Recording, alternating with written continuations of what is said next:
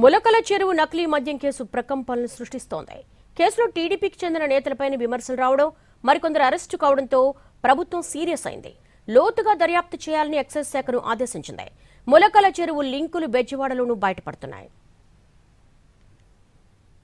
అన్నమయ్య జిల్లా ములకల చెరువులో బయటపడిన భారీ నకిలీ మద్యం రాకెట్లో కీలక నిందితుల కోసం ఎక్సైజ్ అధికారులు వేట కొనసాగిస్తున్నారు. అక్కడ తీగలాగితే గుంటూరు జిల్లా తెనాలిలో వైసీపీ నేతల పాత్రున్న రాకెట్ డొంక కదులుతోంది. ముఖ్యంగా ఓ ప్రధాన వ్యక్తి పాత్రపై అనుమానంతో 2 రోజులుగా ఇక్కడ నిర్వహిస్తున్నారు. ములకల చెరువులో నకిలీ మద్యం తయారీ కేసులో ఏపీ, తమిళనాడు, ఒడిశాలకు చెందిన 10 మందిని అరెస్ట్ చేశారు. వారిలో తెనాలికి చెందిన కొడాలి శ్రీనివాసరావు A12 గా ఉన్నారు. నకిలీ మద్యం తయారవుతున్న పాత డాబా అద్దె ఒప్పందం అతడి పేరుపైనే ఉంది. వైసీపీ ప్రభుత్వ కాలం నుంచి ఈ రాకెట్ యథేచ్ఛగా సాగుతోంది. అప్పటి ప్రభుత్వ పెద్దల అండదండలతో సాగించిన దందాను కూటమి ప్రభుత్వం వచ్చాక టీడీపీ నాయకుల అండతో కొనసాగిస్తున్నారని సమాచారం. వైసీపీ కీలక నేతకు శ్రీనివాసరావు బంధువని, అతడి అండతోనే గత ప్రభుత్వంలోని 5 ఏళ్లుగా గుంటూరు జిల్లా తెనాలి, గుంటూరు, బాపట్ల జిల్లా రేపల్లె, చెరుకుపల్లి, నిజాంపట్నంలో నకిలీ మద్యం సీసాలను ప్రభుత్వం మద్యం దుకాణాలకు సరఫరా చేసి డబ్బు వెనకేసుకున్నట్టు తెలిసిందే. ప్రధాన నిందితుడు జనార్దన్ రావు అలియాస్ జానీ ఎన్టీఆర్ జిల్లా ఇబ్రహీంపట్నంకు చెందినవాడు. ఇతనికి తంబళ్లపల్లి టీడీపీ ఇన్ఛార్జ్ జయచంద్రారెడ్డి, అతని బావమరిదితో సన్నిహిత సంబంధాలున్నాయి. నిజానికి గత ఎన్నికల్లో తంబళ్లపల్లి నియోజకవర్గం టీడీపీ అభ్యర్థిగా జయచంద్రారెడ్డి పేరును ప్రకటించేదాకా ఆయనకు రాజకీయంగా పెద్ద గుర్తింపు లేదు.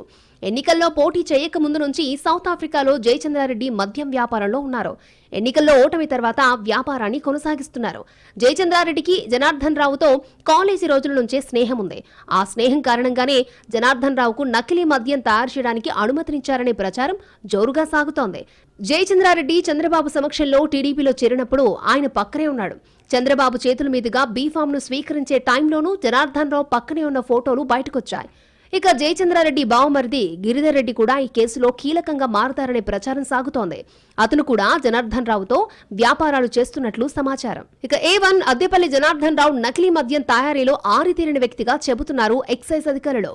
ఇప్పుడే కాకుండా గత వైసీపీ ప్రభుత్వం 5 ఏళ్ల కాలంలోనూ విజయవాడలో జనార్దన్ రావు నకిలీ మద్యం తయారీ కొనసాగించారు.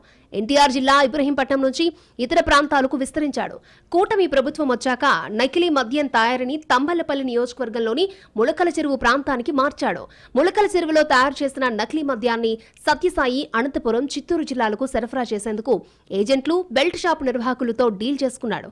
ఇటీవల అన్నమయ్య జిల్లా ఎక్సైజ్ అధికారులు PTM మండలంలో తనిఖీలు నిర్వహిస్తూ నకిలీ మద్యం తీసుకెళ్తున్న వాహనాన్ని ఆపారు. బాటిల్స్ పై ఉన్న లేబుల్స్ ని స్కాన్ చేయగా అది స్కాన్ కాకపోవడంతో అనుమానం వచ్చింది.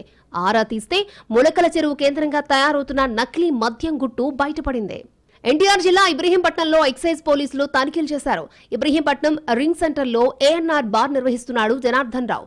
బార్లో తనిఖీ చేయగా అక్కడ నకిలీ మద్యం ఏమీ లేదని తేలిందే. బార్ వెనుకున్న గౌడన్లో భారీ ఎత్తున నకిలీ మద్యం బయటపడింది.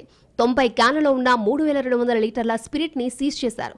ఆ స్పిరిట్ లో క్యారమెల్ కలిపి నకిలీ లిక్కర్ సిద్ధం చేస్తారు. దానిని బాటిలింగ్ చేసేందుకు వేలాది ఖాళీ సీసాలను గౌడన్లో భద్రపరిచారు. అవన్నీ quarter bottles, old admiral, classic blue, Kerala malt, Manjeera brand స్టిక్కర్లు స్వాధీనం చేసుకున్నారు ఎక్సైజ్ అధికారులు. బాటిల్లో లిక్కర్ నింపిన తర్వాత సీల్ వేసే మెషిన్ ని సీజ్ చేశారు. నకిలీ మద్యం కేసులో A1 గా ఉన్న జనార్దన్ రావు సోదరుడు జగన్మోహన్ ని అరెస్ట్ చేశారు ఎక్సైజ్ అధికారులు. అలాగే జనార్దన్ రావు నడుపుతున్న ANR బార్ లైసెన్స్ ని రద్దు చేశారు. A1 జనార్దన్ రావు ప్రస్తుతం ఆఫ్రికాలో ఉన్నట్టు పోలీసులు గుర్తించారు. అతనితో పాటు తంబళ్లపల్లి టీడీపీ ఇన్ఛార్జ్ గా తొలగించబడిన జయచంద్రారెడ్డి సైతం విదేశాల్లోనే ఉన్నారు. ఇప్పటి వరకు ఈ కేసులో తెరపైకి రాని గిరిధర్ రెడ్డి అజ్ఞాతంలో వెళ్లినట్లు తెలుస్తోంది.